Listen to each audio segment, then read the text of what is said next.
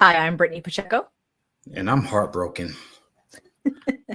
And we are the Watchers in the Basement. Welcome back to our channel, or welcome. If you are new, please consider subscribing to our YouTube channel as we are very close to wrapping up our review on season 2 of AMC's Interview with the Vampire. Frank, I'm going to toss it over to you because you just said it. You're heartbroken. Your overall thoughts on this episode? They brought it these last 3 weeks. I think ever since the interview from 1972 to now, these last 3 weeks have been fire. They keep topping themselves each week. It was tough, man. We spoke about this earlier today. It gave me Red Wedding vibes from Game of Thrones. It was very tough to watch. Even knowing what was going to happen primarily to Claudia, seeing it play out the way it played out, like the story just teasing you over the 57 minutes of airtime, it was tough. But man, it was great storytelling, great performances by Sam Reid, Jacob Anderson. I can't remember who plays Claudia, but they all brought it in this episode. And yeah, it was emotional. I don't know how many times I could watch that episode, but man, bravo. The flowers go to Sam Reid, man. Lestat in full flesh. That man brought it. He was in his bag. He was, give him the closing curtain call. He was on one in this episode. I couldn't agree more, Frank. Like, this episode, for me, I described it to you. I'm going to say it here for the rest of those who are watching and or watching the replay. Thank you for being here. This was a magnificent hour of television. And I could not get away from the fact that Sam Reid was back in the flesh. It wasn't Ghost Lestat anymore. We got to see him. And I just could not believe we were being given this performance. I mean, the very fact that he is there to put his former lover on trial, to put Claudia on trial. He has no idea about Madeline, so he really has no qualms with her. However, the purpose that he is serving by being there, and he stepped right back onto the stage as if he never left, right? And it was theatrical, it was emotional, it was just like, I could not believe that we were finally getting to see him again. I was thrilled. I love watching Sam Reid as Lestat and his mannerisms, his body language, right? And my God, does he look great in a 3-piece suit, y'all. I think every man, female, whatever you identify as, everyone needs to go get a 3-piece suit. Y'all killing it. Killing it. I need to know it's Taylor, man. That was, I don't know what he was wearing, but great job by the costume designers too, for everybody, but primarily for Sam and for Lestat. That 3-piece suit for that time on stage, like that was look, I'm about to be on. I need my Sunday's best, and old buddy brought it with a Sunday best with that 3-piece suit. Yeah, I just him walking with the amount of swag that he had from backstage across the back of, I don't know what you call it, bridge, platform, doesn't matter. But him walking across the back of the stage and you see him take off the jacket, it's like, oh, he's here for a reason. And I could not. I was just so thrilled to see him here, of course. I'm currently experiencing a little bit of lagging with my Wi-Fi, y'all. I'm not sure what's happening. So I apologize if I, cut in and out. Frank, I might have to step away just so that you can take over and no worries. Restart. So anyway, but I'm going to hang out here as long as I possibly can until things start going sideways. But let's get into it, y'all. This episode really did not disappoint. And over in the chat here, we're hearing from Tracy, who says, I'm still watching, but just letting y'all know, I'll bust through the virtual doors when I'm done with the episode. Y'all rock on while I go cry, LOL. Listen, Tracy. I think she wrapped it up, Frank. Like, that's pretty much what this episode is. Yeah, it's very Shakespearean, man. Like it's a ballad that's destined to end in tragedy, right? Like when you talk about vampirism, love, betrayal, um, I believe vampires are just doomed. I mean, I know that there's been this philosophical debate about whether they're damned and satanic symbols, but I think because of the lifestyle that they live, this these decades and centuries of loneliness and boredom, and I think that plays a part to their doom. And Lestat really did a great job touching on that in his performance on stage about how the span of decades. I believe he said he slept for 100 years after the tragic demise of Nikki, and just literally buried himself for a century, just because he couldn't stand to be alone. And it's still unclear what happened to Nikki. I mean, he did say that he did fall deaf to himself with some help, without really getting into it of like what happened to him, to the demise of Nikki. But whatever happened to Nikki, there was a century long sleep, a forced nap by Lestat.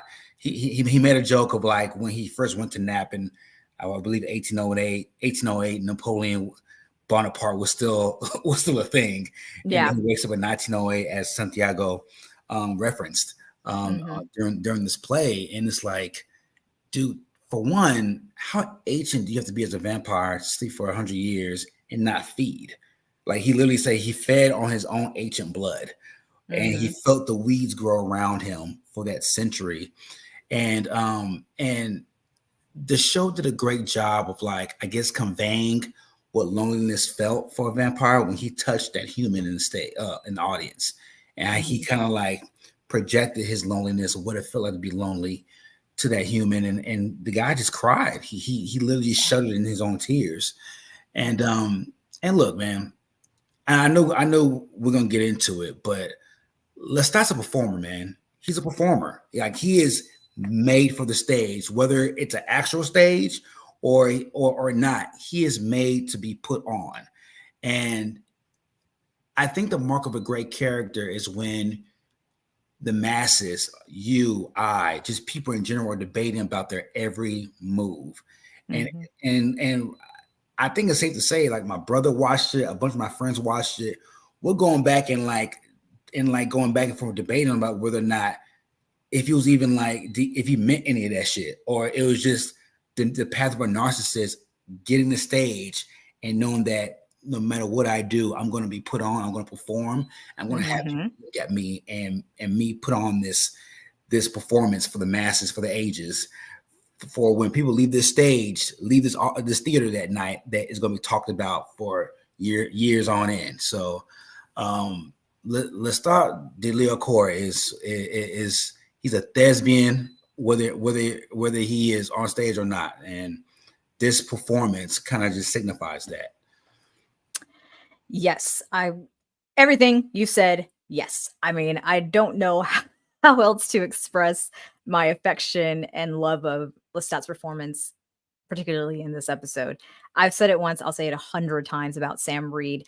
The idea that he himself is a genuine Anne Rice fan, loves her writing, loves her characters, and wanted to be Lestat, and here he is. And he is giving it all. So yeah, he has given us a masterclass of what it is to be a phenomenal actor. And I'm always blown away by his performance, truly. But let's start from the beginning, Frank. We're going to, of course, go into more detail with this recap of the penultimate episode of Interview with the Vampire Season 2. I do also want to say, before we get into it, y'all, Frank and I, are not experts on the story. We have read the book many, many, many moons ago. not quite as old as Lestat, but hey, it's been a while. So we're not experts. We don't profess to be experts. We enjoy this show, and we enjoy it even more so because we have people in the audience who share their perspectives and tell us how it compares to that of the book. So be prepared for spoilers. And Frank, I think I can speak on behalf of us. We really appreciate those who have participated throughout all of our recaps and have given us such great insight. Honestly, like a lot of these comments are just so profound. Absolutely. Like I'm thankful for this podcast. I'm thankful for the ones who have decided to like partake in this podcast, speak their thoughts, give their opinions. And look, like Brittany said before, we're not experts, so we welcome all opinions. I don't care if it's even negative. Like just like lay into us, please. Like I love the dialogue and the conversation that we're having on this podcast. And again, like over the last few weeks, we've seen the numbers grow on this podcast, primarily on this show. We have a lot of people who watch but don't subscribe. Subscribe. Get all the latest episodes of not just Interview the Vampire, but a lot of other shows that we do cover.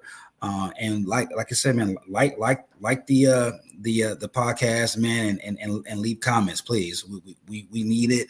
We love it, and and we're gonna keep on going. Word. Word. That's all I can say at this point. So let's get into it, Frank. We're talking about where we left off was Louis, Claudia, and Madeline, Claudia's companion, have all been abducted by Santiago and company. They were outed by Armand in probably the greatest of betrayals in perhaps Louis's mind. I don't think many people could argue that. But they're being tortured backstage as the coven is getting ready for the show of the ages. Let's just be real. They're doing something very different. They're doing an afternoon show, which for vampires, as many are aware, sunlight doesn't really agree with them, but there's a reason that this is being done. So that being said, the opening scene of Claudia being tortured by being thrown into that rat, I don't even know what you want to call it, a rat tank, which was used after the audience member during the regular stage performances would be, chewed on and what have you. Their body is eventually disposed, but this is torture, right? And Louis is forced to watch what's happening before Claudia, helpless, can't do a damn thing. But then next thing you know, they're on stage, right? They're on stage, and Louis talks about how that familiar presence, that familiar scent, he knew who was coming, and none other than Mr. French himself, Lestat de Leoncourt. And what an entrance, truly. It's the trial of a century. Santiago and company are playing their spectacular roles of judges. But it goes beyond that, Frank. These vampires as a coven are really working together to keep everyone in line. So tell us what's happening, what the role is that they're playing, and how they're influencing the audience, and what's going on with Armand. Like, where's Armand in all of this? Ooh, where do I start? So yeah, you have the judges. So for those who don't know, or those who didn't see, Santiago is now the coven leader. Like, he's taken over. Like the nonviolent coup of like overtaking the coven he's been successful. He's not a leader. Armand, and he's pretty much threatened Armand like into this coup of like capturing Claudia, Louis, and Madeline, and as the show opens, you see Armand is in this theater box, but Sam is right outside the theater box. So it's pretty much leaving Armand powerless, because he knows if he tries anything, he tries to escape, he tries to barge his way out, they're going to kill Louis and Claudia right on stage the minute he tries. So he's pretty much, his hands are tied behind his back at this point. Santiago has like the orchestra of judges in the background, and they're pretty much doing. They pretty much have Louis, Claudia, and Madeline pretty much tied down on stage. Like, they cut the Achilles tendon down. Pretty much they pretty much lacerated the tendon to where they can't heal, because by the time they heal, it will be after curtains close. So like they're sleepless, they're restless because it's daytime, so they can't really heal. They're not sleeping right now. Most vampires they heal while they're sleeping during the daytime. So knowing that they did it to their Achilles. I believe their dress, their clothes are stapled to the ground or nailed to the ground to where they can't really move much. And while all this is going on, Santiago and his vampire clique are doing like a telepathic seance to where anytime Louis, Claudia, and Madeline act up or try to speak, it's like this seance thing where it's like it's ringing in their heads to where it's fracturing their brain when they try to speak. And I wasn't too clear on this part, but I think as well they have a seance over the audience too, over the humans, to where they pretty much have them under control as well to bend at their every whim. So they're going against all these different forces while on stage. Armand is going against all these different forces. And though as powerful as Armand is, he can't overtake a coven of vampires all at one time by himself. So he's kind of at Santiago's whim as well. So that's pretty much what's going on stage during the daytime, during this proceeding of the fate of these three vampires. Exactly. Like this is quote unquote the trial. It's kind of like a Crucible version, but Parisian, right? It's just they're already. Let's just be real, y'all. These vampires are already found guilty because of reasons that Frank just explained. The fact that the coven has so much control over that room, you know, the theater, the vampires, and they are just reveling in this, especially Santiago. Santiago is like he's overseeing the proceedings with like this very devilish, almost like really savory sort of attitude. Like he's in his element, y'all. Like he's been waiting for this moment to like call the shots because he's been in Armand's coven for years and years and years, and now he's Maitra.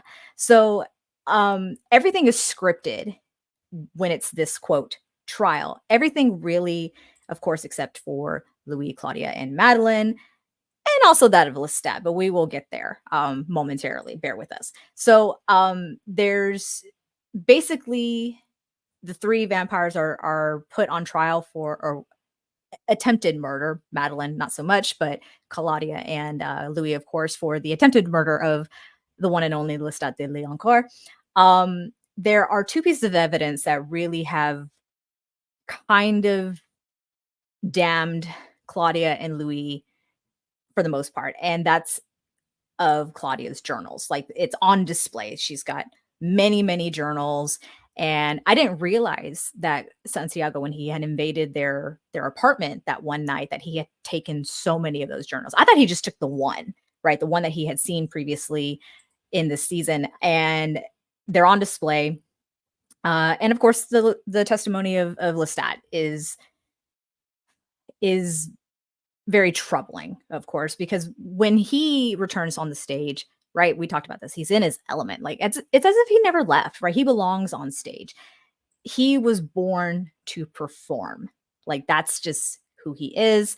And the audience are quite beguiled by him. Like there's nothing, there's not really one human who is not charmed by him, except maybe one, Frank. And I'm jumping a little ahead, of course, but I think I have to talk about this moment because I thought it was so incredible how this was addressed, where Lestat is giving his interpretation and his side of the story of his relationship with Louis, and one of the audience members yells out a very derogatory term towards gays, and this is where, of course, Lestat goes off script. Damn. I mean, how quickly Lestat moves from the stage to being behind that one audience member and lays in on him. Frank, tell us what happened with that. Yeah, so this World War II soldier who's sitting with his comrades, I believe 14 other comrades of him from the battalion, he yells out the F word, three-letter word. You guys know what that is most likely. And without a moment's notice, Lestat goes from the stage and he teleports to the back of the audience, and he questions the guy. He's like, "Oh, does it sicken you to see two men show affection to each other? Does it disgust you? Well, what about your life as a soldier? I mean, apparently," and he pretty much just kind of like does like this psyche eval, telepathic scan of like what this guy has been through over the last few years in World War II. He talks about how he left the front line, and like he was so afraid. He's never shot his shotgun before in his career as a soldier. And his buddy who he has matching tattoos with, one of his brothers, gets his arm shot off in the middle of a war, of a battle. He's so frightened, he takes off running. But the map that he has is so unclear. He doesn't know where to go, and he comes back. He comes back to the battalion. He tells the battalion, "Yeah, I left and I can't. I lost way due to the fog." But the undressing of Lestat and like pretty much question his bravery. And he tells the soldier, "You talk about you disgust by two men, but I wonder how your 14 other brothers in this battalion will be discussed that you are a coward and that you ran away when at a moment's notice of this war of you needing to be brave, and you cowered in your boots." Bruh, I thought he was gonna take his fist and just destroy and like go through his skull and just kill him right then and there. That might have been worse. He pretty much called him a pussy without calling him a pussy in front of his battalion. That was there watching the show with him. And after he undressed him, he teleports back to the stage and he carries on with his performance to the crowd. It was genius. It was so genius. And it was so Lestat because, like I said, Lestat's a thespian. He's a performer.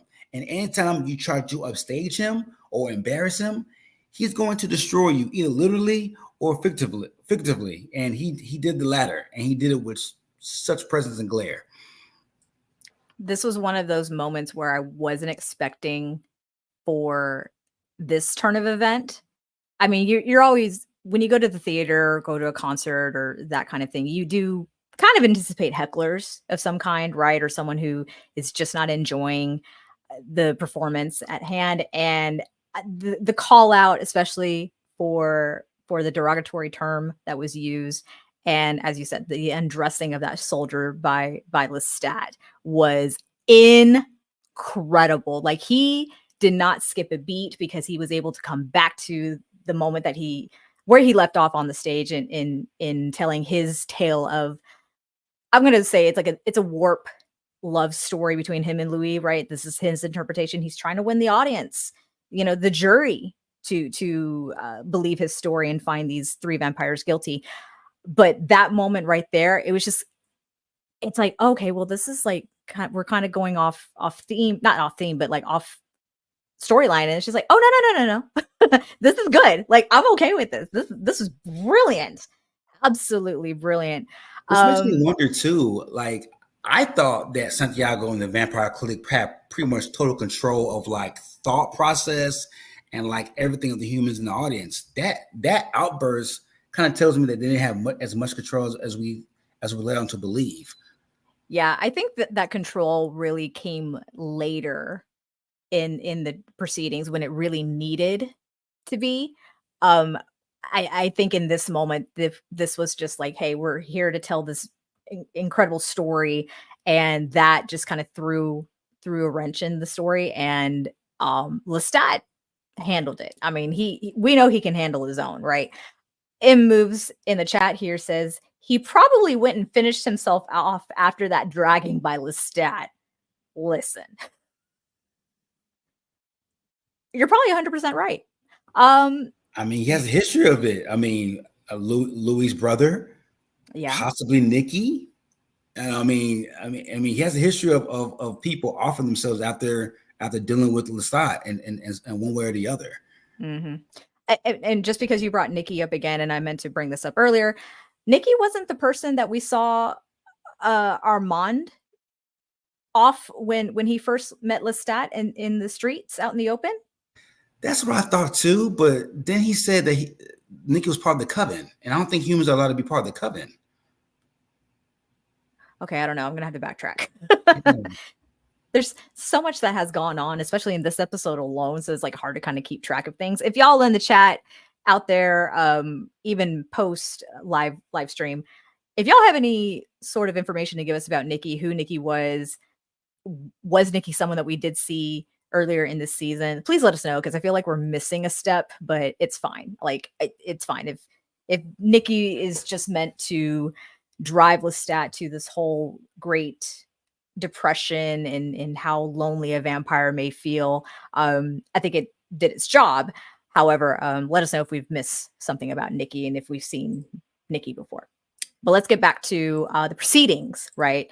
I deviated a little bit, got out of order, but we're hearing Lestat's version of his love story with Louis. And I love the fact that at one point Lestat stopped Santiago from his, great introduction when Santiago leads with this is a story of butchery, and Lestat just stops and says it's a story of love, not butchery. And it kind of catches everyone off guard, but I think this is also kind of like a tagline, if you will, for Interview with the Vampire. Maybe it's just me. Okay. That being said, let's get back to it.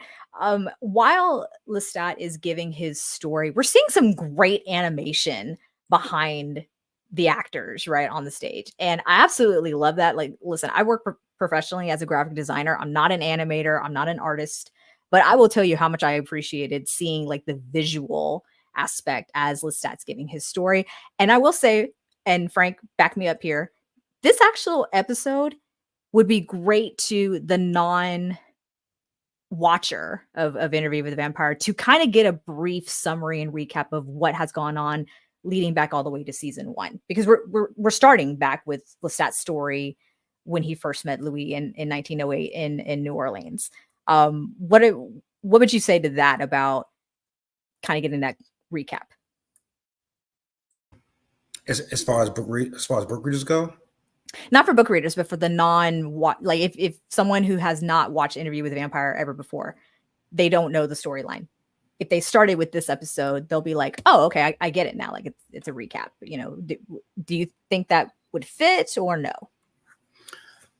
I think season 1 is very important, because even though the recap was good, it doesn't encapsulate everything that Louis and Lestat went through. I mean, it encapsulated the making of Claudia. When you talk about like their love story and like how tumultuous it was from episode 1 to the season finale, I think you could watch this episode and be like, God damn, it's a toxic ass couple, but like you don't get the full range of the toxicity and narcissism as you would if you watched all of season 1. The stage performance by Lestat makes this episode like stand out on its own. It does, for sure. But I think you're cutting yourself at the knees if you don't watch season 1 to really get a full scope of like who Lestat de Leaucourt is and who Louis Pont du Lac is, for sure.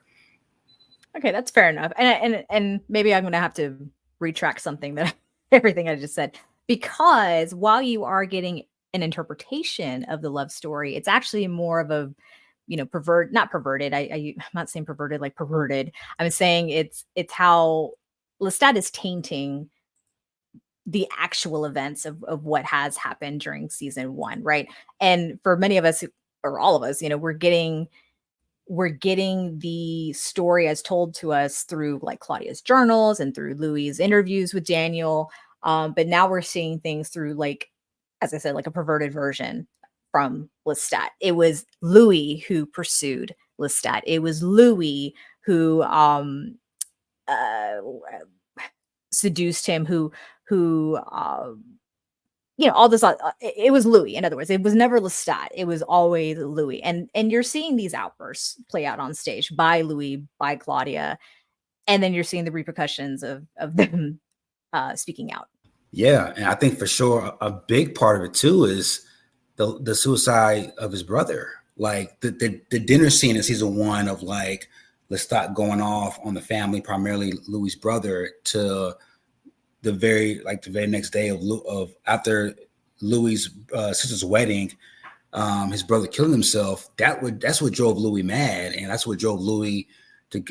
And then not just that, but like also the death of his paramour, the young escort that was killed as well by Lestat. Like he's taking very important pieces of Louis' life and making and singling them out and making him this lonely being to where he needs Lestat, right? And he's making Louis call out to his carnal desires of, you know, being with men and like yearning for a man, but being afraid to show that in 1908 because of he's black in New Orleans during this time. You know, he's being continuously stepped on, forgotten by society because of his race. And, you know, up to the scene where he's in the church confessing his sins. I've laid with men. I've rooted people out for their carnal desires. I've used them for their, you know, for money just to make a profit. Like these are things that downward spiral is what put Louis in Lestat's hands. And I think that's very, very important to see that, to understand like where Louis was in that broken state before Lestat like came in for the save and like manipulated him and made him his own. Bars. Like, what can I say? Bars, Frank. You told me earlier today that you wrote out some bars. I don't know if that was one of them, but that was a bar that needs to go down as your list of bars. I appreciate that. Jeez, I don't know how I can follow up with that. Good Lord. But I'm gonna try. So there are very many moments throughout this warped storytelling of Lestat that when you flip back to present day interview with Louis and Armand with Daniel, that Louis makes a comment about how that he needs to go with the retelling by Lestat over Louis' own telling and that of Claudia's, which I thought was a really interesting admission by Louis. You know, for so long, he had his mind altered, right, by Armand at Louis' request. And so I feel like this is kind of hard for Louis to admit, because what is real and what isn't now? You know what I'm saying? Like, is Louis telling Daniel to take Lestat's version over his own because Louis might have actually done these things that Lestat is claiming, right? Maybe Louis wasn't as innocent as he once thought. Maybe to some degree Lestat was a victim. And there's so many new ways to look at this now, especially this really aggressive, ferocious fight that Lestat and Louis had, throwing each other around in the townhouse, and what led to Lestat to take Louis up, you know, with the cloud gift and just release him, right? Intense, Frank. Absolutely intense. We know that Lestat is a violent vampire. And the fact that he is, you know, telling the jury, the audience, that he was seduced, he was betrayed, he's a victim. It floored me. It absolutely floored me. But you know what? I kind of believed him. It kind of worked. You know, what were you thinking up at this point? Like you, I feel bad for Lestat. Like, we know the story, right? Like we saw season 1, and we saw how Louis was pretty much cornered and manipulated into becoming a vampire, right? Like we saw him be singled out by Lestat. We saw him get pulled away from all his loved ones, and pretty much he became so dependent on Lestat because he knew nothing else. Like Lestat took everything away from him. Like he took his family away from him, his business. He took away, you know, his paramour, his love, like he took everything. And when you're watching this, these are the signs of a narcissist. Like, no matter what you do, no matter how you frame it, they're always going to be, whether a narcissist's true intention is either to play the victim, or if they're the aggressor, they're showing you, well, I did this because I loved you, or I did this because I needed you. They're always going to be the center of attention within this nucleus. They have to be the nucleus in this story. And if they're the villain, they're gonna tell you why they're the villain, because I did it because I couldn't be without you or whatever. And when I watched him start with this performance, he is a narcissist's dream. Like he is playing on to the crowd, and I asked my brother this the other day, and I asked him, like, when Lestat's apologizing to Louis for all of this, did he mean it? Did he mean it? Because you see Louis, Louis eating out of the palm of Lestat's hands, and I still don't know if Lestat meant that, or was he just playing the scene of like wanting the crowd to eat out of his palm of his hand, and I think the show did a great job of displaying it in that manner to where Lestat's so emotional, and he is pleading to the crowd. He's pleading to Louis like, I fucked up. I broke you. I'm the reason why you're broken. But it's like, I think that the show did a good job of like leaving up to the interpretation of the watcher of, do you believe Lestat, or is Lestat just doing what Lestat does and just playing the manipulator? I asked myself the own question, and I don't know. I don't know if Lestat really meant that, but I do know this. I think if there was a play critic in the crowd, and Lestat was playing to that play critic, he would say to himself, "I got that motherfucker. I'm gonna get 5 stars out of this shit because of my performance. I am the main attraction. I am who the people came to see." And from that standpoint, Lestat killed it. But I don't know if he meant it. It's hard to say. I don't know. Like, his version of love, man, is very treacherous. It's very dark. It's very violent. It's very manipulative. But maybe that's what Lestat is. Maybe that's all he knows. We don't know much about his background pre vampire days. But maybe this is the best that Lestat can do as far as like showing emotion, if it's in front of a crowd in a grandiose way of saying, "Hey, this is me. Grovel at my feet. I am the actor extraordinaire. You will remember me regardless of what happens today. I am memorable." So I don't know. Do you think he meant all that he said on that play, talking to Louis, like bearing his soul or whatever? I'm really glad that you brought up all of these great points and are posing that question, because certainly we do want to ask our audience that same question. Do you think Lestat was sincere in his apology? Because he's a performer. That much we know. That much is certain, as well as him being a master manipulator. It's extremely hard to narrow it down, I feel, for several reasons. He obviously has gone off script already with this trial, this performance. However, one thing I think could maybe change a person over time, despite how long you may be living, monster or not, is that when there are people constantly leaving your life because of your actions, your words, maybe you'll start putting 2 and 2 together and realize that you're the common denominator in all of this, right? Maybe, but it's hard with narcissists. This much we know, right? It's textbook at this point with Lestat. However, in confessing or in retelling the story, however warped it may be in your mind, but you're also put in that situation where you're with that person whom you say you loved so much, but you also hurt him. And so while I think there's empathy being given and realizing just how toxic Lestat was in the relationship, he realized that all he wanted was to be loved. Sidebar, this is very Homelander, like, y'all. Like, if you haven't been watching The Boys and haven't been watching Homelander and all that stuff, y'all need to go watch it and then come back and watch our review. Back to our show. Lestat just wants to be loved. And when he wasn't getting that love from Louis because Claudia had left, Louis found himself in a depressive state, all in of himself, right? For 7 years, their relationship was completely changed.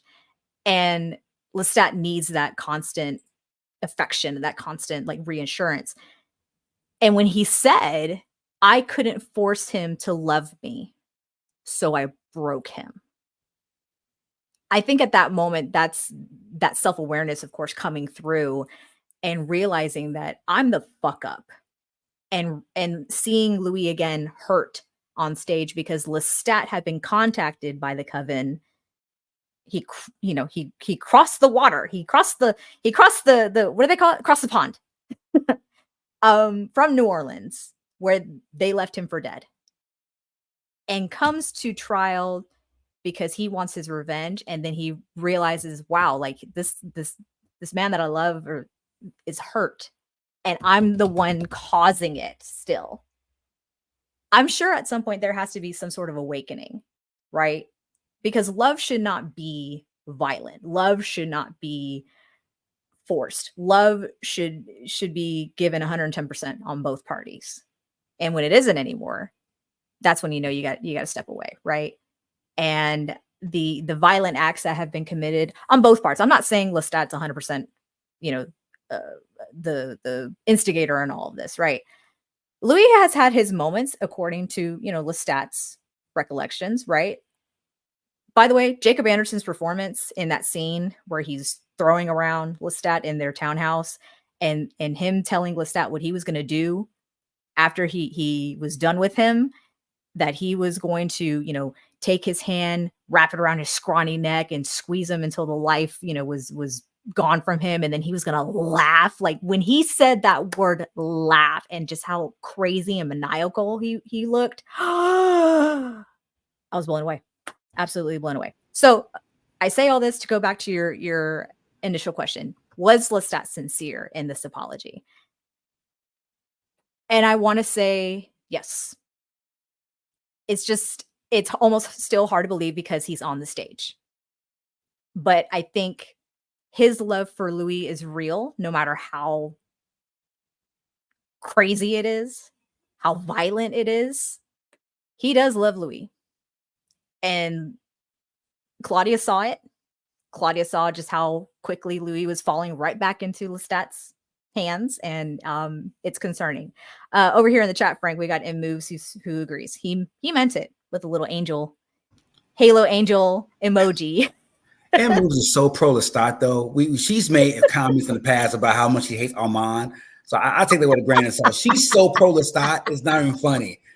Lestat can murder 100 humans and she'll be like 100 innocent humans. Oh no, he had to do what he did. I mean, it's just, he's Lestat. Like continuing, isn't love what we all want? I think he had time to reflect and change. I mean, I don't know. I mean, let's have that conversation. Let's make that argument of whether or not he truly was sincere, or is he just playing a game? Is he just trying to gain sympathy? Is he trying to just gain Louis to fall back into his clutches? I don't know.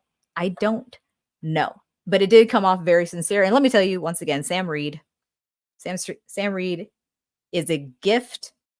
And M Moves, I'm glad you brought up about Armand mind controls, because honestly, at this moment, when you saw that look on Lestat's face when he's sitting there in the chair and he's kind of like, something snaps. Like he can't go on with the scripted trial. He deviates, and I'm thinking, did Armand just like tap into Lestat to give like this grandiose of an apology or some? I don't know. It seemed very out of character for Lestat in that moment, because then he comes right back to continue his monologues, right? He was self-pitying and he takes up that role again as star witness, and it was just like, wait a second, like that to me felt like this was something either Armand was in control of or perhaps Santiago. I don't know. I will say this. I have a theory about the apology. I don't know if he meant it or not. I will say that. I don't know. Okay. I will preface by saying this. But I will say, this is a trial that's premeditated of all three people dying. Like it's done in the daytime. It's pretty much it's sealed, right? My theory is that I think Lestat apologized to give Louis closure, to know that Lou was going to die. Oh God. To say, you know what? I may not mean this, or I may not. But knowing that you're about to meet your end by the end of this play, I'm going to give your soul closure and just apologize, just for the sake of apologizing, to give your mind closure. Because I think when Santiago reached out to him, to Lestat, when he crossed the pond, the great pond, to come back to Paris, I think Santiago already told him these motherfuckers broke 3 of the vampire laws. They got to go. So make your peace with what you got to make your peace with, but these motherfuckers are going to die. And I think Lestat, knowing that, I think Lestat wanted to give Louis some type of closure because he does love him. Whether that version of love is toxic or not, I think he does love him. And I think he wanted to give him closure before he met his maker. No pun intended. That's hilarious. I don't know. I will say this, and we're not the only ones who don't know if Lestat's apology was sincere or not. You cut back to modern day interview with Daniel, and Daniel, of course, is like, yeah, this was great timing, or this was appropriate, wasn't it? But he is also questioning about what Armand was doing throughout this whole ordeal. Yes, he was in the box and he was watching it all. And yes, there was Sam who was blocking the exit for Armand to go anywhere. And Armand's there as a punishment. Like he said, what did he say? He said there was little that he could do to derail what was happening. And he goes, there was little that he could do, but he could do something, because obviously we know that Armand is powerful and what have you, and that will play out in time. But I question that too. It's just kind of like, Armand, dude, what were you doing during all this? It's crazy. I so call bullshit on Armand. I so call bullshit. Like, I mean, he was overthrown, or he willingly gave up the title of master in the coven. Frank, you're killing me with that look right here. The motherfucker can stop time. He can stop time. He can alter minds. He can start fires with his mind. He can do you watch him pretty much overtake Lestat and play with him in that flashback. He was throwing Lestat left and right. And Lestat's powerful as fuck. He has ancient blood. You mean to tell me a man who can stop time, throw around Lestat like a rag doll, is being held against his will with some like vampires who don't have the strength, who are nowhere near as powerful as Lestat? I don't think Santiago is as powerful as Lestat. I don't think he's like, I think, and this is another theory of mine, I think Armand used that excuse for Claudia and Madeline to get eradicated. Because wait a second. Are you suggesting that it was Armand who orchestrated the abduction using Santiago as the scapegoat? No, I won't say he orchestrated the abduction. Okay. I think Santiago and his crew of vampires were doing that all around behind the scenes. But I think when Santiago and the rest of the clique, Sam, the rest of the clique, came to Armand and pretty much threatened him, I think Armand was like, this is my excuse to like not save everybody not named Louis. I think that's what it was, because the title of the show is I could not prevent it. That's the title of the show, right? Yes. But after, and I know we'll get to this eventually in this podcast of like the fate of Madeline and Claudia. Their fate was determined first, and then you just routinely, just out of nowhere, had a power to like muster up and tell the whole crowd, don't say death, say banishment. And you save Louis routinely, the guy that you have affection for, enough power, enough strength with sheer will to save Louis. Come on, bro. He if he wanted to, he could have saved all three of them if he wanted to. I think Claudia. I think Armand saw Claudia as a crutch to Louis, the same way he saw Lestat as a crutch to Louis. Yeah. And I think he wanted to eradicate them. Because like Lestat, Armand's jealous. He wants Louis all to himself. You saw that, for Lestat, Armand is just as insecure. All these vampires are insecure. Like, as powerful as they are, they're all insecure about something. Whether it's Claudia being insecure of her body and her mind aging, but her body not. Whether it's Louis being insecure about just fear of being alone and being dependent. Whether it's that insecurity about being lonely. Whether it's Armand's insecurity of not being chosen, not being like, I want somebody to love me the same way I love them, and being ghosted by the stop. They all have insecurities and manifest in different ways. And I think for Armand is, I love you, Louis, but Claudia and Lestat are always going to be ahead of me no matter what I do. So if I can eradicate them, whether it's by my control or not, and I have the opportunity to, I'm going to jump on the opportunity. And that's what he did.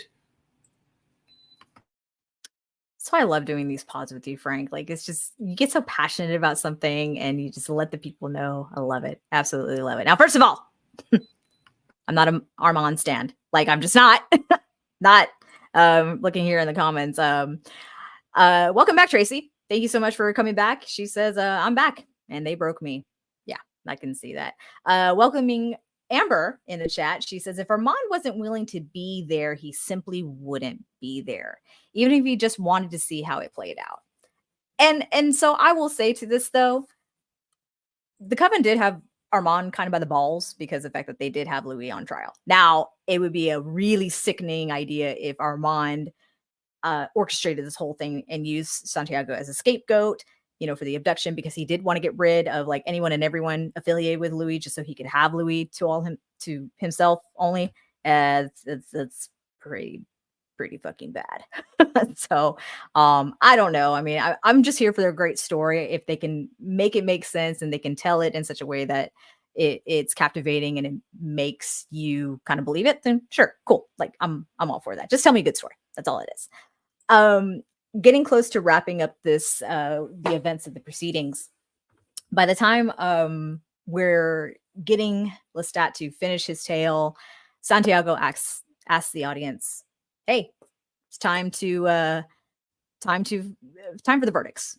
Are they guilty or not guilty?" And so first up is Madeline. She's actually offered leniency, which I think is complete bullshit, because given that the trial was set at a time where daylight would harm vampires, I don't really believe that the offer of her joining the Coven was going to save her, because she's still accused of breaking one of the great laws, right? And we'll kind of briefly go over the great laws momentarily. Frank, do you think that the offer was real or not? No, I think she was fucked either way. I think everybody associated with Claudia was fucked from Jump Street. Even if she had picked the Coven, I think the Coven would have made her life a living hell, and she probably would have been murdered in some form or fashion. I don't think they care for Claudia. By proxy, wouldn't care for Madeline. I agree, and I love what Madeline said, that she is Claudia's immortal companion, and that Claudia is her Coven. And I thought that was just very eloquently said. So naturally she refuses. Naturally the audience yells out death as her sentence, right? Next up is Claudia. I would not expect Claudia to go down without some kind of fight, right? She has spoken out a couple of times throughout these proceedings, and she has carried like this look of fury on her face, Frank. Like, I don't want to mess with that girl, human or vampire. And for her to stand up, and even though her Achilles tendons are completely cut through the bone, right? She stands up, asks the gentleman in the back to take off his top hat so it reveals the person behind him. She tells the audience, "I now know what all of you motherfuckers look like. And if there is an afterlife, I'm going to come back and kill all you." And even if there isn't an afterlife, I'm still going to find a way. Mic drop, y'all. Mic drop. Like, I was like, Claudia, yes, girl. Yes. That was absolute fire. No pun intended. Tracy here says exactly that. That was fire. Yeah. She was ferocious when she said that line. I could not be more proud of her. And Amber here actually says, a temper to match Lestat, that girl. She certainly takes after her daddy Lestat in that respect. Frank, your thoughts on Claudia's words? I think Claudia's final words is a symbolism of who Claudia is as a person. Fiery, a woman who's a young lady who's a 14, very emotional, very violent. I mean, it's what you expect of a 14-year-old, right? She's a 14-year-old still going through probably puberty, probably still going through the emotions of a child. 30 years later of a vampire life. And it was nothing that I wouldn't expect. It was defiancy. It was Claudia being Claudia, like not giving ground. I'm not going to beg for my life.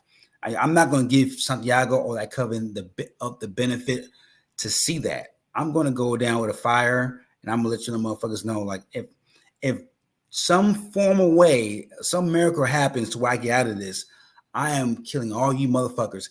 That should remind me of Denzel Washington Training Day. 24-hour lockdown. I'm putting cases on all you bitches. Like that shit gave me Denzel Washington vibes, bro. I was kind of like, oh my stars. If this motherfucker gets loose, you can cancel Christmas on y'all motherfuckers. She gonna get y'all motherfuckers. Like that shit was. I love that speech because it was Claudia. It was Claudia being Claudia, like not begging for her life, not pleading. It's like, look, I'm gonna go. If I'm gonna go down, I'm gonna let you motherfuckers know exactly how I feel. And if I get this bitch, all y'all motherfuckers are dead. It truly was incredible to watch. I mean, she has the physical body of a teenager. Her mind and spirit has obviously grown to that of a grown, matured individual, if you will, in so many respects. But for her to threaten that to everyone. And I'm also just going to quickly throw in here some other lines that Claudia gave to us during this episode regarding Louis and Lestat's relationship and where she fell into that. She says, I was just a roof shingle that flew off your house. Damn. And then I got one more, y'all. I got one more. And this one brought a standstill to the theater. Her saying, when Madeline kind of came out of her trance, if you will, because of Santiago, Madeline says, are we on trial? And to which Claudia replies with, it's not a trial. It's a stoning. Oh my God. I mean, I don't know how to respond to that. If that's not an example of how mature she was in her final moments, I don't know what is. Frank, your thoughts? Yeah, I mean, from the moment they got kidnapped from that that bar, she knew her end was near. It's so sad. it's so sad it's such a tragic ending to such a tragic character. And it was one of those things where when you're watching it, you're just like, does it have to be now? Does she have to be eradicated now? Can we have her for another episode or two? Like Claudia's one of my favorite characters. For as much as I talk shit about her, as flawed as she is, as the temper she throws, the idiotic things she says sometimes, I do feel for her because she was never chosen.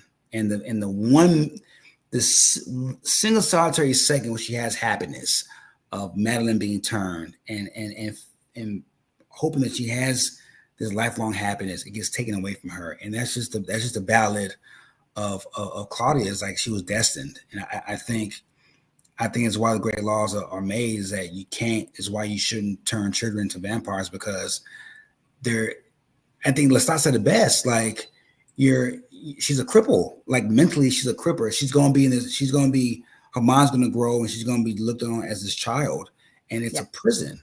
And it's like Lestat foresaw this.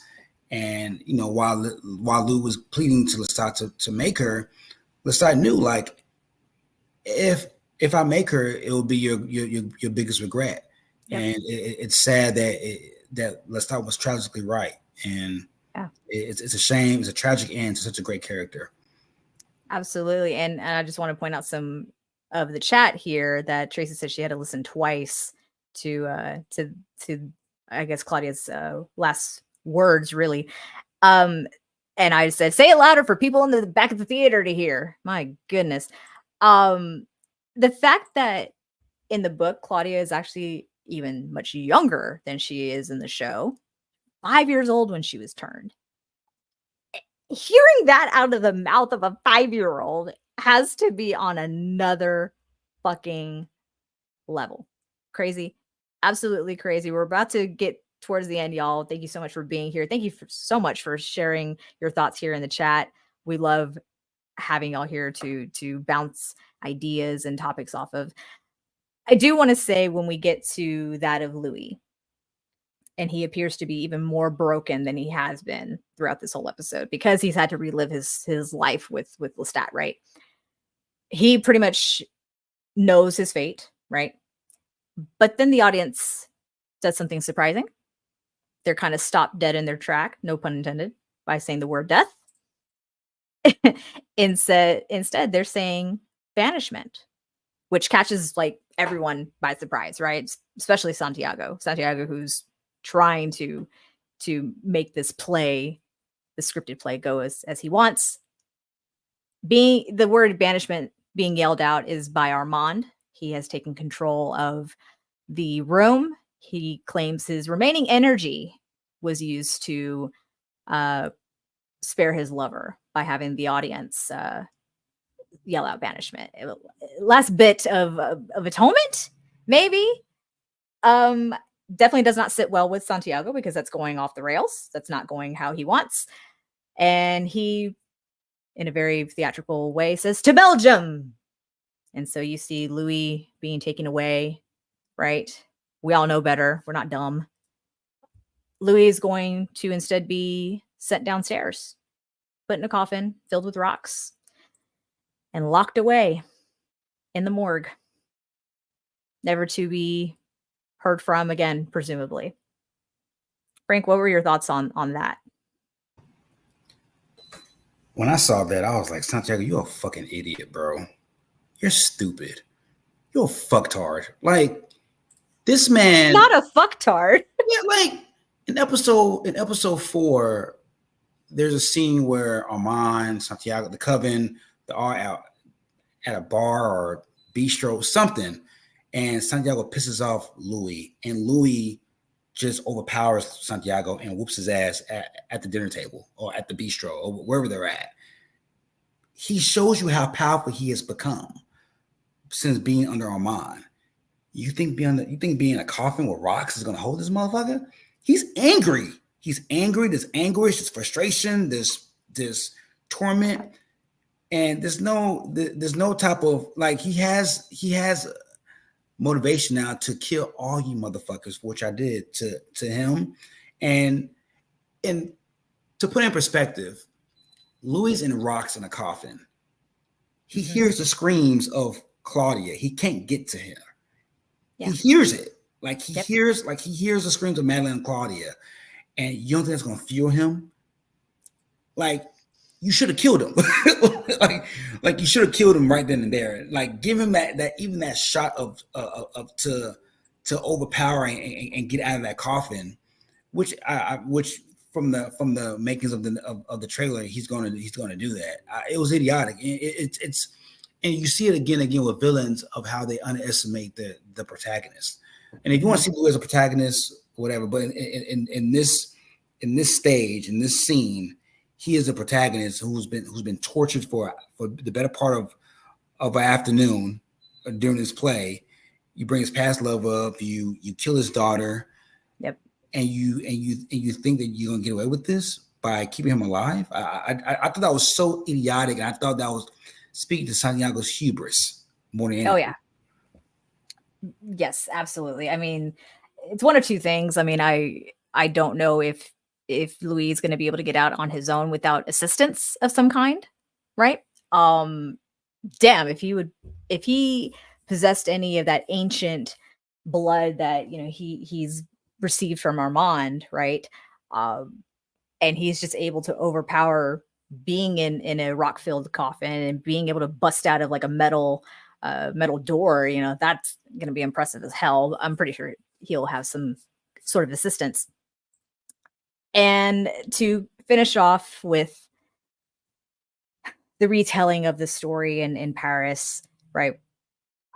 Madeline and Claudia are on stage and they're embracing one another as Santiago ascends, to the top of the theater to reveal, I guess, a window. It's like a domed kind of window, something of that kind, where the light, the natural sunlight comes through and they are slowly being burnt to death. Madeline goes first, but Claudia, making her last appearance on stage, sings a song that made her famous, if you will, in the Théâtre des Vampires, talking about how she doesn't like the curtains, or I'm sorry, the windows when they're closed, or something along those lines. Yeah. And she's singing. You're seeing her skin just disintegrate into dust. And I think the really powerful moment in this whole ordeal is because now Armand's having to tell the story to Daniel because Louis is locked away. Armand says that the realization of Claudia that the last person she would ever see on this earth was that of Lestat. And the camera is on Lestat's face. And the horror, I say horror, that was very much shown, almost broke me. It almost broke me. But then I had to remind myself, you came to play your part in this whole event. Yes, you knew what Claudia would probably be when you made her. You knew what that bargain was. You know the repercussions of your actions at this point. What has happened to Louis? What has happened to Claudia and Madeline? Madeline obviously meant nothing to Lestat. However, witnessing Claudia's death has to make Lestat look and feel very differently about things. Or maybe not. Maybe he's just an asshole. I don't know. It's hard to tell.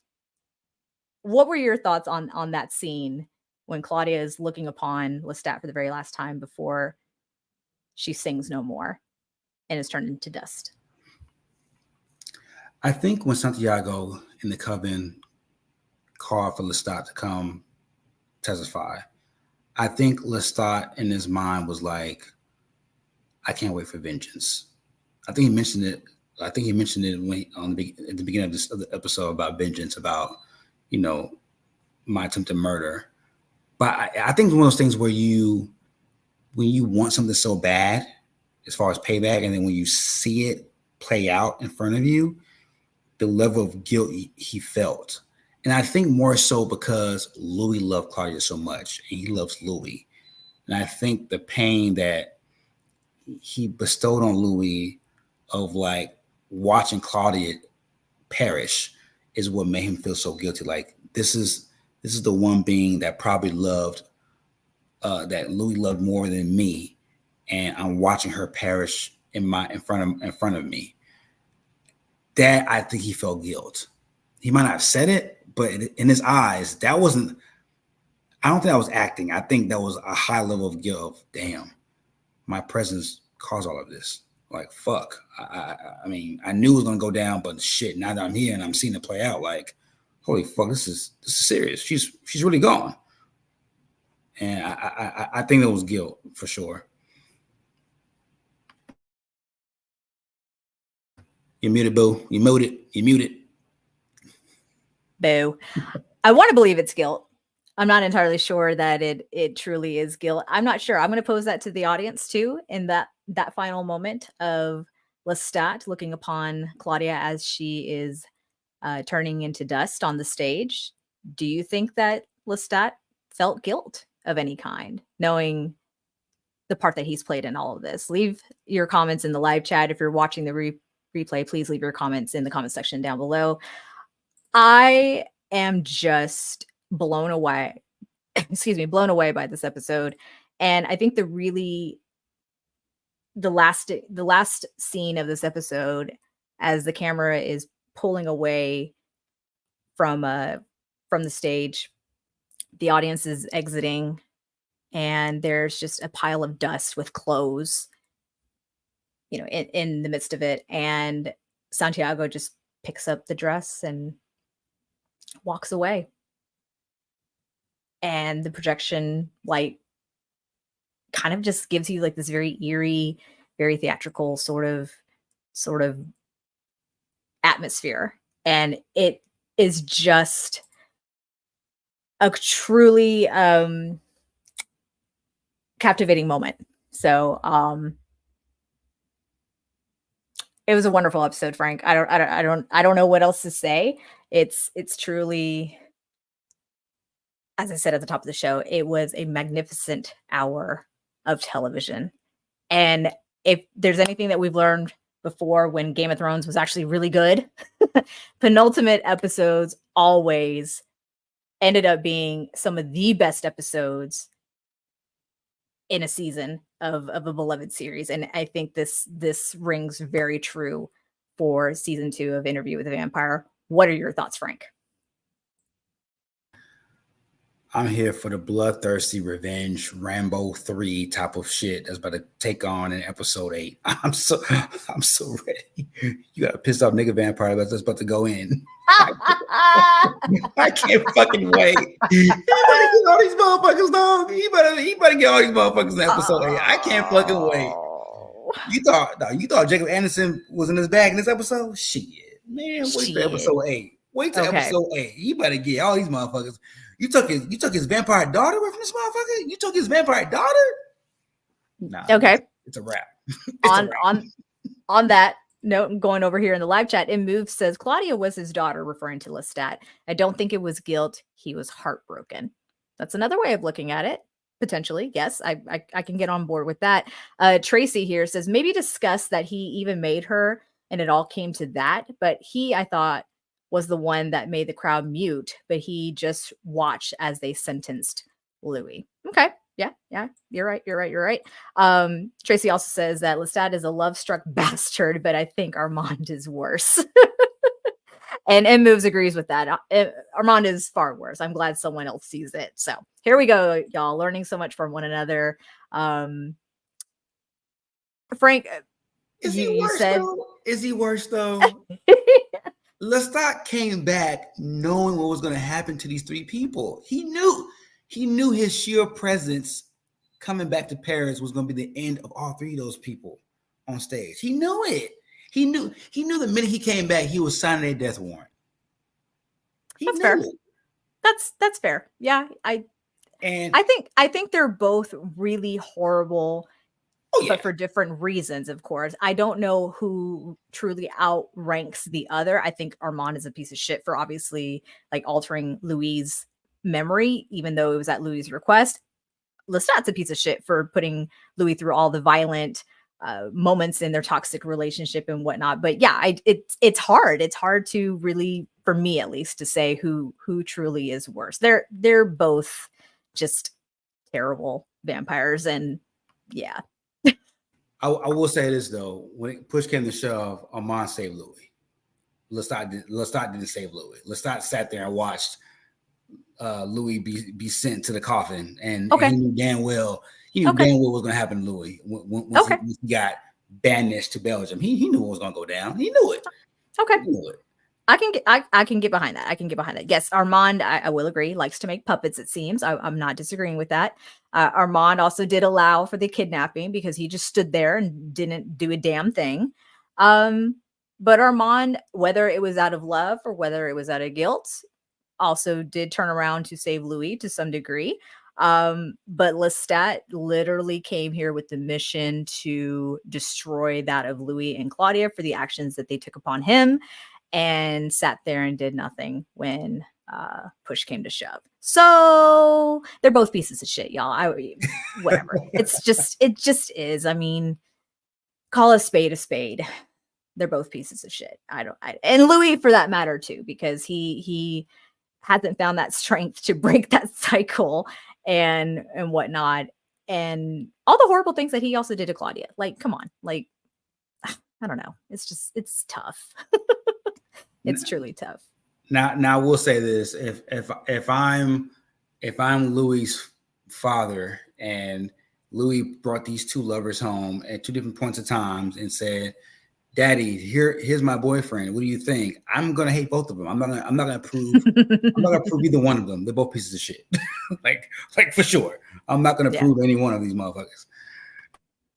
That's true. So Frank, you talked, of course, about having a one pissed off Louis the vampire who's gonna get his revenge, hopefully, one fashion or another. Your predictions for the season finale of Interview with the Vampire. What do you think will take place? I think while the vampires are soundly asleep after doing their deed of destroying 3 vampire lives in their coffins, I think Louis is going to set fire to the whole theater and kill everybody in their sleep. I think that's what's going to happen. It's similar to what happened in the movie version as well. I think he's gonna trap everybody in their coffins, and he's gonna go in and he's gonna murder everybody. And I think Armand's gonna help. The roof is on fire. We don't need no water. Let the motherfucker burn. Yes, I'm curious as to. I mean, obviously, it's going to have to be something similar to that of the 1994 movie, which, spoiler, y'all, we kind of have an idea of what's going to happen. If it's going to be Armand and Louis, or is Lestat also going to help with that? Right? I am very curious to see the events that will take place to the ultimate burning of the Theatre de Vampire, because it's already been hinted earlier in the season with that newspaper clipping that Daniel has from the Talamasca invading his computer. I'm very curious as to find out the events that led to that particular moment, how these other vampires were able to escape, obviously, because we know that Lestat also was still around even in the 1970s because Armand contacted him when Louis tried to off himself. So it goes without saying those 3 do survive. I'm just curious as to how it's going to unfold, and I am going to bet it's going to be fucking epic. Fucking epic. I am so looking forward to it. And Move says, I can't wait. I'm sick of the Parisian jerks. Yeah. So everyone here who's in the chat and also watching the replay, leave your comments down below as to what you think will happen in the finale. Obviously we have source material with the book, but what do you think will unfold? Will Lestat help? Will Armand help? Will Louis just do it all by his goddamn self? Just let us know. Just let us know what you think. Frank, sorry about that. Frank, were there any other moments in this episode where we didn't get a chance to touch on? What were some of the highlights for you for this episode overall? Yeah, one thing we didn't touch on. Why isn't Lestat on trial for breaking one of the vampire laws of like creating a human? I mean, creating a vampire that was a child. I know Santiago referenced it all because he was manipulated. Like, come on, bro. You think a vampire who's less powerful than him is going to manipulate him to creating a child? Like, he still broke a law. Like, he literally created a vampire with his ancient blood that was a child. Like, why is he not on trial?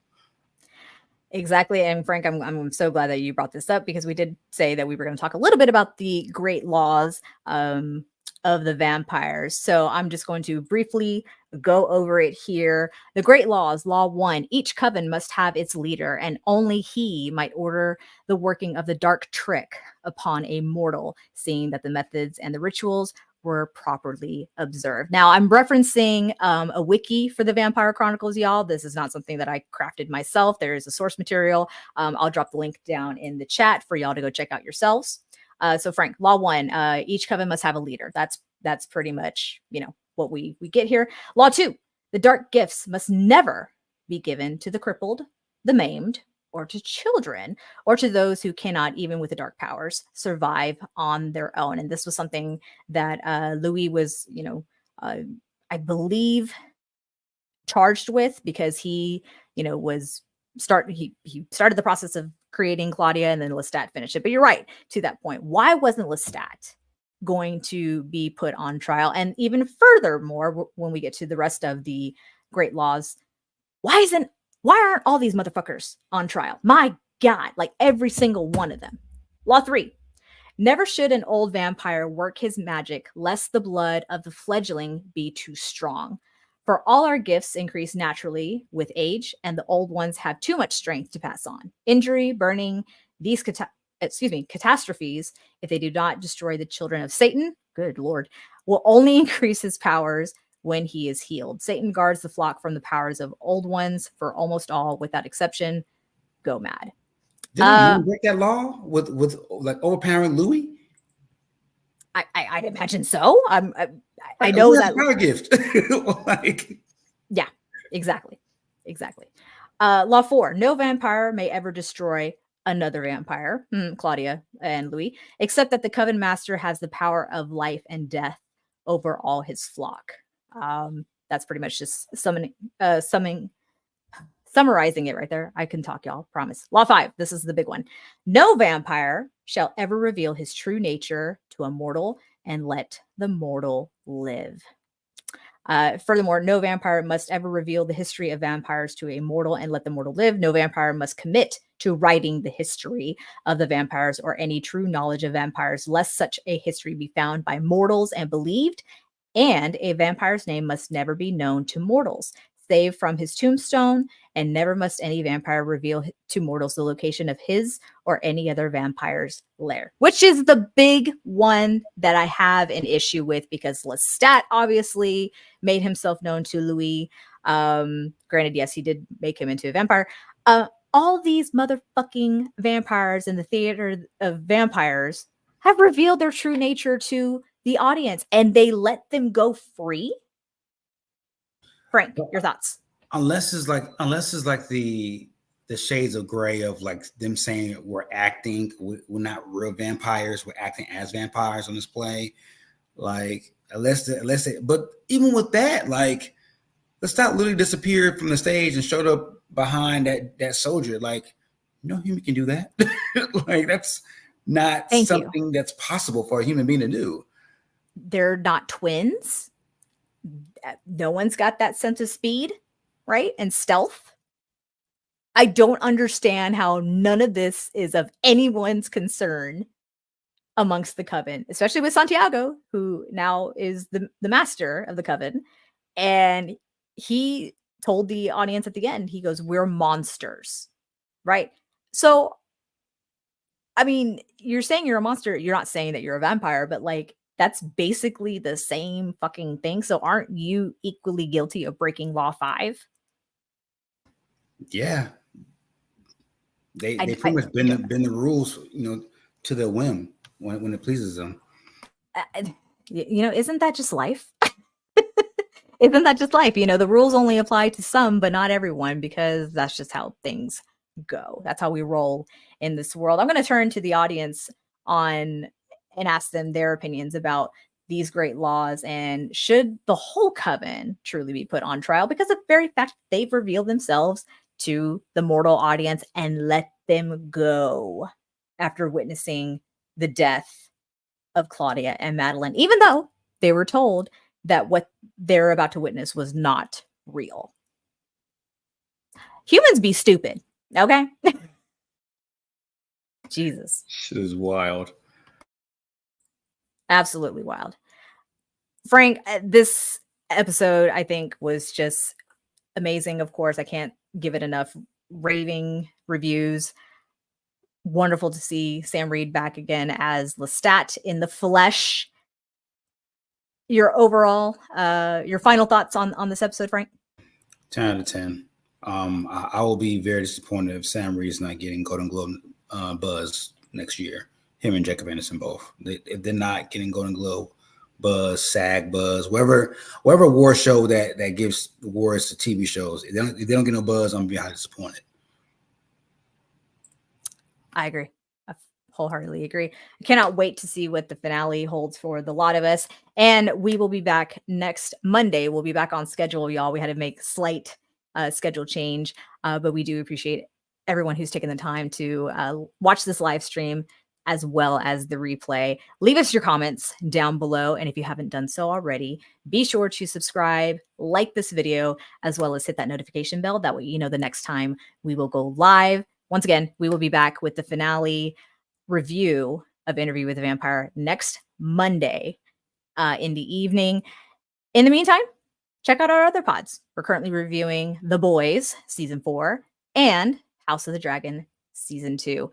So go subscribe, hit that notification bell, and join us for those live chats. Also, check us out on our social media. That's Facebook, Twitter, Instagram, and Threads, all at Watchers Basement. Use the same hashtag, Watchers Basement, to help grow our audience. And lastly, we've got you hooked up with audio podcasts available on Apple Podcasts and Spotify. Give us a 5-star rating.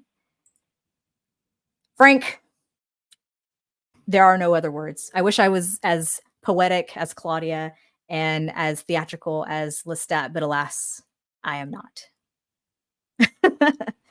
Hey, this is why they're actors. They get paid the big bucks to be poetic and to bestow their talents onto the world. And the lady who played Claudia, man, great fucking job. You will be missed. Delainey Hayles, yes, has done a phenomenal job stepping into this role after the first Claudia actress had to step away for other obligations. She has quickly become one of my favorites, period. And I will definitely miss her presence here on Interview with the Vampire. So for Frank, I am Brittany. Thank you so much for joining us today. Thank you for your insight. Thank you for your comments. We will be back next week for the finale of Interview with the Vampire Season 2. We hope to see you then. Have a good one.